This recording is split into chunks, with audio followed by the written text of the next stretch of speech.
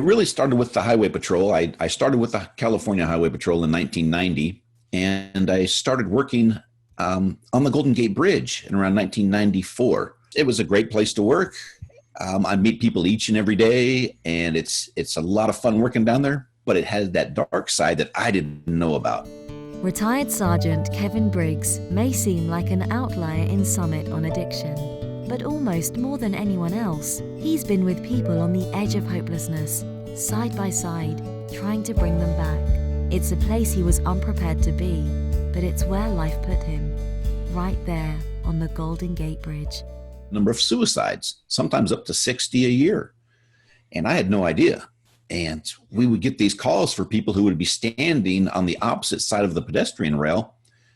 And with no training, I'm the one who's supposed to go up and talk to these folks. And to be honest with you, it was just really scary for me. Am I going to be responsible if they jump? What's going to happen? Nobody told me a thing about this. So, of course, I had the empathy. I didn't want people to get hurt. That was my job as a peacekeeper, so to speak, to go up to these folks and, try to help them. But I didn't know what I was doing. And it was a long time before I had any kind of training. But, there's a lot of people suffering out there. We're losing 54,000 people a year just in the United States. So there's a lot of folks suffering. So I made it my job, my goal to be better at that craft of negotiations or communicating with folks. So there's a lot of people suffering out there that we don't see the signs of it. They're not talking about it because maybe they're embarrassed about it, or they think it's a weakness and they can't talk about it. So, we have a lot of work to do as a society still. From starting with no training, these days Kevin is something of a legend and a tireless advocate of suicide prevention. You say that you only lost 2 and you saved or got over 200 to climb back over the rail, right? And choose not to jump. Correct. Yes. I've been right with 2 folks who I've been talking to for, quite some time that I have lost. Mm-hmm. And it's a shame, but I do tell folks, and it's a fact that if we get a chance to talk to those people who are over the rail in that position, they do come back over. But it's such, the mind remembers negative things to try not to have that happen again, that the ones that we do lose, it's just embedded in your mind forever. To Kevin, it was the absence of hope that put most people at the bridge's railing. A void they felt shared by many being suffocated by addiction. People who are suffering from addiction many times are in that state. And you say when people are in pain, a lot of personal pain, there are 3 options that they have. They can sleep, they can do drugs and alcohol, or they can, or there's death, right? Correct. Yes.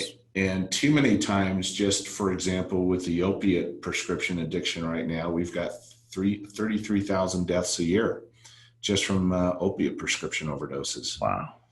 So it's a slow death, and it is a choice, but I think there are parallels where I would like to explore the possibility of what you learned from the people that you interacted who were on that rail saying, all right, enough is enough, I'm done, to the people who have addiction and are, do you think they are going through the same kinds of, personal demons and challenges and exercises and not able to communicate and don't have that hope?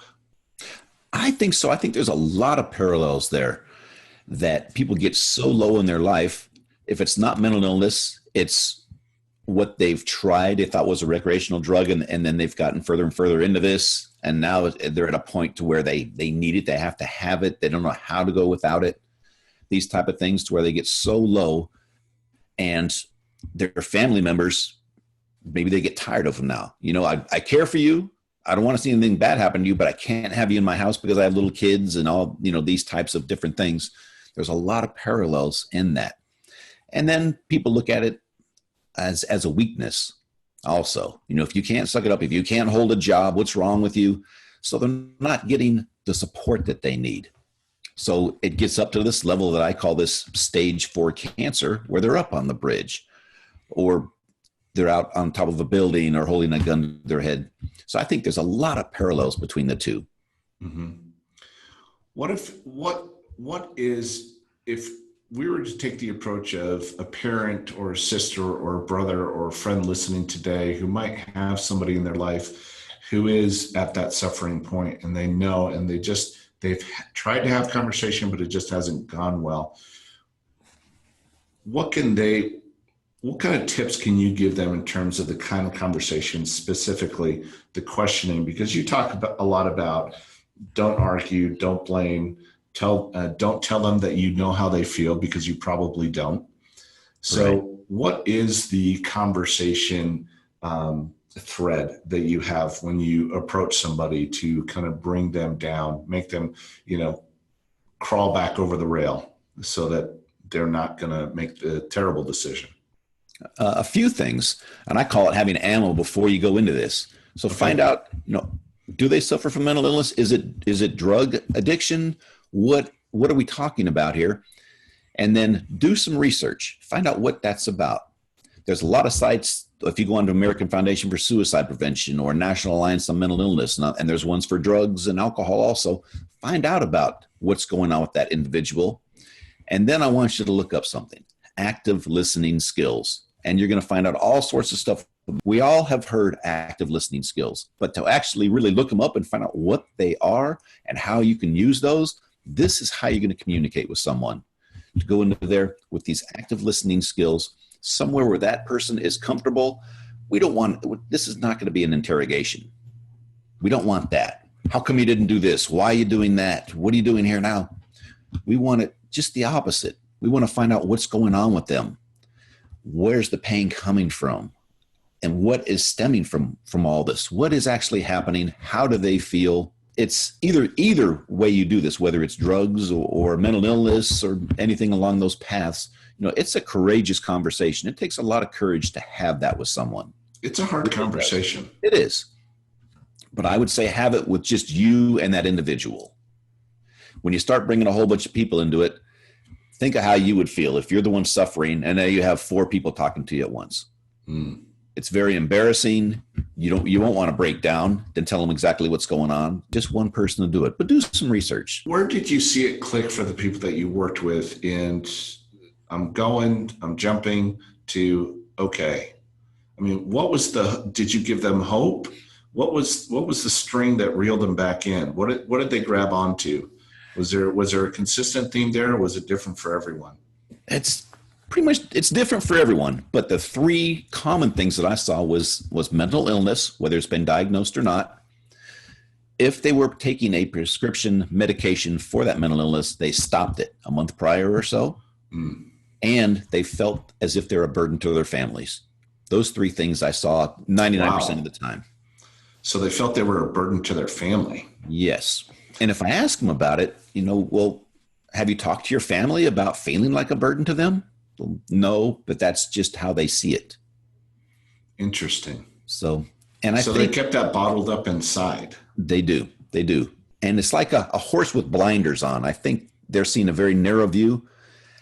If we can open that up, and I'm not going to be able to solve issues with them. I know that, and I won't even try. I won't promise them anything. But it's just to say, have you tried this?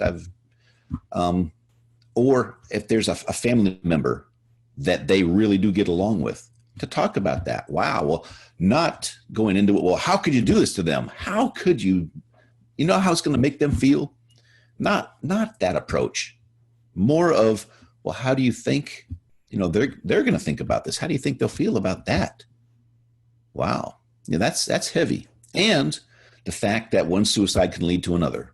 There is a lot of that with surviving parents of children who die from overdose. And a lot of times these kids aren't looking to kill themselves. They're just looking for, there's a million different scenarios. There's not just one, but the end result is that they've overdosed many times unintentionally. They got out of treatment and they took at the same level that they did before treatment, or they were clean and a lot of scenarios, but the parents do find themselves, there's a lot of collateral damage. And so what is the best approach if somebody is in that situation for managing that conversation with themselves? How do you handle that? What have you found is the best way to handle that?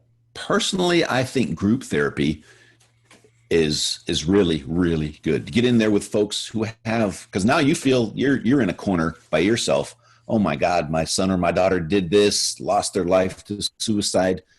You can't go on. And I've seen parents who, now they've lost their jobs. They can't do anything. They're just numb completely to the world. Well, there are things you can do. And I know it hurts. And it's, what could be worse than losing a child, something like that. Mm. But there is life after that. You learn to manage it. And what can you do now? All right. So many people will go help at organizations for suicide. They'll volunteer for that. They'll sign up and work on a 1-800 crisis line. And it's the same thing that goes with drugs. You said that there are some key indicators that somebody is going through or trending towards suicide. And I think that they're very similar again with relapse. Right. Loss of interest in their appearance, giving away belongings. The big one with this also is talking or writing about it. You see something, they'll mentioned it even as a joke, because people don't generally joke about this anymore. It's out in the open now for the most part. So if we see that, wow, okay, well, you mentioned suicide or you mentioned drugs and whatever you're talking about. Are you serious? Can we talk about this for a bit? We're going to turn off that TV. We're not going to do this in a Starbucks, somewhere where they're comfortable. And okay, well, let's talk about this. Things written down that you would like to ask and to help out, and always leave it. What can I do to support you? I love you. I'm there for you. Let's work on getting through this. How do we bridge non-judgment and support to an enabling level to consequence and follow-up and supportive action? A lot of parents find themselves able to have the conversation and are very open, but then they become enablers. They'll give them money. They'll let them, sleep in the house. Have you seen anything that would give you maybe some thoughts around how do you bridge that between being listening and gaining trust and then bringing them to the next level that's either therapy or support, because a lot of them aren't ready for that or don't feel like they're ready? I don't think anything drastic should be avoided. We can't enable them, and again, you can research things online. You can get a book. You can go and talk to a therapist about this, somebody who specializes in that field, and say, okay, this is, I want to help them. They're living at my house. I've been giving them money. How can we kind of wean off of this and help them through this? And I think that's a big one. And for those people on the other side of that who are suffering, realize this. Okay, let's take this one day at a time. What's my goal? Do I have an hourly goal just to get out? Maybe if I feel like I'm just stuck inside, I just don't want to do a thing. Let's try and getting outside. Maybe you just want to go stand on the driveway for 20 minutes a day. Maybe we can get out and do a walk the next day. Let's ease into this. It's like if you break a leg, you can't just stand up and start walking. We're going to ease into this. Sometimes that's what it takes. My girlfriend's brother was a drug user for many, many years. And he was in his mid-30s. And I thought, this kid will never get out of this. He's done. He came and lived with us for a bit, and he was really, really high. And both of us are peace officers. And unfortunately, we had to call the local police to come and get him and have him arrested at 2 a.m. He hit rock bottom. And they say, well, that's a solid foundation when you hit rock bottom. Well, that's easy to say, but when you're on the other side of it, that's tough. That really, is really tough. But he finally went through a Christian organization, and this was maybe 8 years ago or so, and he's doing fantastic. He has a job. He has responsibility. He has a life. He has a child. It took him to get to that level, which we don't want people to get, but unfortunately it happens. But then he saw, wow, I'm missing out on a lot of things. But it took understanding by us too, that tough love kind of deal. Say, yeah, we're here, we'll help you, but you got to be you have to want to do this. If you don't want to help yourself, there's not a whole lot anybody can do. Yeah, I think that's so important. So if I were to repeat back my takeaways there from what you just said is don't go into it winging it. I mean, we're not going to wake up one day and realize that our husband or wife or uncle or dad or brother or sister or cousin or friend is an addict. I think we will have known, and there would have been signs that if we slow down and pay attention, it's not something, oh, I have to talk to him today because I think he's an addict. I think Right. even if you get to that point, you realize it, stop, pause, and make a plan. Right? Is that what you're saying? Yes. Write it down. Questions, counseling, what things may be available, and have a plan for yourself. If this gets really out of control, what can I do here? These are some options I have, because if it hits that stage, it may not be in the right mindset to make appropriate decisions. Mm-hmm. Would you mind sharing a story or two, or even just one, because I don't want to take up too much of your time, of someone that you remember distinctly, maybe outside of your TED Talk, where it just seemed like everything was lost for them, and you had that conversation long enough, and I don't know if the look in their eyes changes, and there's hope, or would you mind sharing one of those stories with us? Sure. I had a gentleman some years ago who was up on the bridge, and I keep telling people over the rail. Well, you have that 4 foot or so pedestrian rail, and on the other side of that, it's like an I-beam that's there. So that's where a lot of people will go, and they'll stand on that, contemplating what they want to do. Mm-hmm. So there was a gentleman over that rail on the bridge, and I received the call. I went down there, and I was able to talk to him, and it was a while talking to him. He was not under the influence of anything. He appeared just a really nice guy, dressed decent. You wouldn't even think anything was going wrong in his life. But he had lost a lot of money in the stock market. He was in charge of a lot of different things for folks, mutual funds and things, and he made some poor decisions, lost a lot of money. So instead, now his child wasn't going to be able to go to the private school. They were going to have to sell their cars. I think it was Mercedes at the time that they had. He was going to lose his house. This was too much for him. He felt it was an embarrassment to his whole family, and he just couldn't take it anymore. They were so used to living kind of on the high side of things that now he was so embarrassed and so ashamed, he thought he would be better off dead. So I talked to him, and I tried to get more information. And I thought of something when I was speaking with him. I said, well, you know what? Let's take yourself for a minute. And this is a couple of things that's going on here when I'm talking to him is I try to extend the time out as much as I can and to let those high emotions come down. See, the high emotions equals the low rational thought.